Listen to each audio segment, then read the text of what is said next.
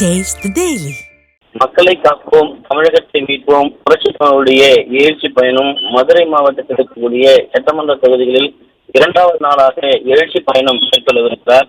இன்று காலை அனைத்திந்திய அண்ணா திராவிட முன்னேற்ற கழகத்துடைய பொதுச் செயலாளரும் சட்டமன்ற எதிர்க்கட்சித் தலைவரும் முன்னாள் முதலமைச்சருமான புரட்சித் தமிழர் எடப்பாடி கே பழனிசாமி அவர்கள் தலைமையிலே பல்வேறு தொழிற்சங்க நிர்வாகிகள் பல்வேறு கோரிக்கைகளை வைத்தார்கள். குறிப்பாக விவசாயிகளை எப்படி திமுக அரசு வஞ்சித்திருக்கிறது, விவசாயிகளுக்கு எதிரான அரசாக இந்த அரசு இருக்கிறது என்கிற வேதனையான கோரிக்கைகளை அவர்கள் வைத்தார்கள்.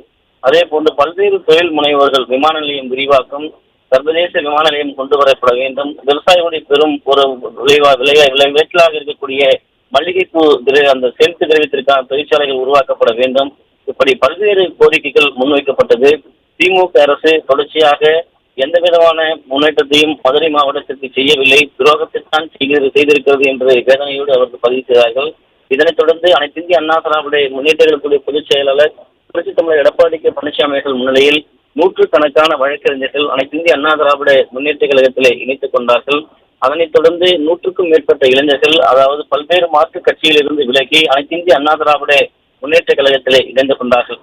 இணைந்த அனைவருக்கும் கழகத்தினுடைய தொண்டு அணிவிக்கப்பட்டு அனைத்திந்திய அண்ணா திராவிட முன்னேற்ற கழகத்துடைய பொதுச் செயலாளர் புரட்சித் தமிழர் எடப்பாடி கே பழனிசாமி அவர்களோடு குழு புகைப்படம் எடுத்துக் கொண்டனர்.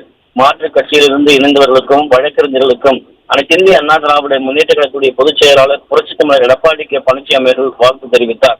நல்ல எதிர்காலம் இருக்கிறது, அடித்தட்டு மக்களிலிருந்து ஏழை எளிய விவசாய மக்களுக்காக நீங்கள் உழைக்க வேண்டும் என்கிற வாழ்த்தை அனைத்திந்திய அண்ணா திராவிட முன்னேற்ற கழகத்துடைய பொதுச் செயலாளர் புரட்சித் தமிழர் எடப்பாடி கே பழனிசாமி அவர்கள் அவருக்கு தெரிவித்தார்.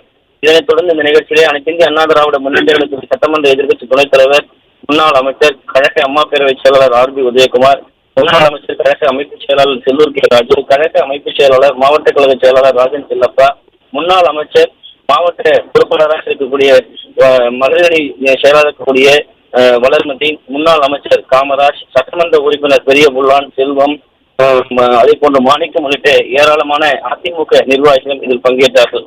இதனைத் தொடர்ந்து அனைத்திந்திய அண்ணா திராவிட முன்னேற்ற கழகத்துடைய பொதுச் செயலாளர் புரட்சித் தமிழர் எடப்பாடி கே பழனிசாமியிடம் மருது சகோதரருடைய வாரிசுகளாக இருக்கக்கூடியவர்கள், குறிப்பாக மருது சகோதரிய வாரிசு மங்கை, மணிவிழி நாச்சியார், தேன்மொழி ஆகியோர் அதிமுக பொதுச் செயலாளருக்கு மருது சகோதரருடைய புகைப்படத்தை நினைவு பரிசாக வழங்கி, அதாவது நரிக்குடி என்கிற பகுதியிலே அனைத்திந்திய அண்ணா திராவிட முன்னேற்ற கழகத்துடைய ஆட்சி 2026 மலரும் மணிமண்டபம் அமைத்து தர வேண்டும் என்கிற கோரிக்கையை முன்வைத்தார்கள்.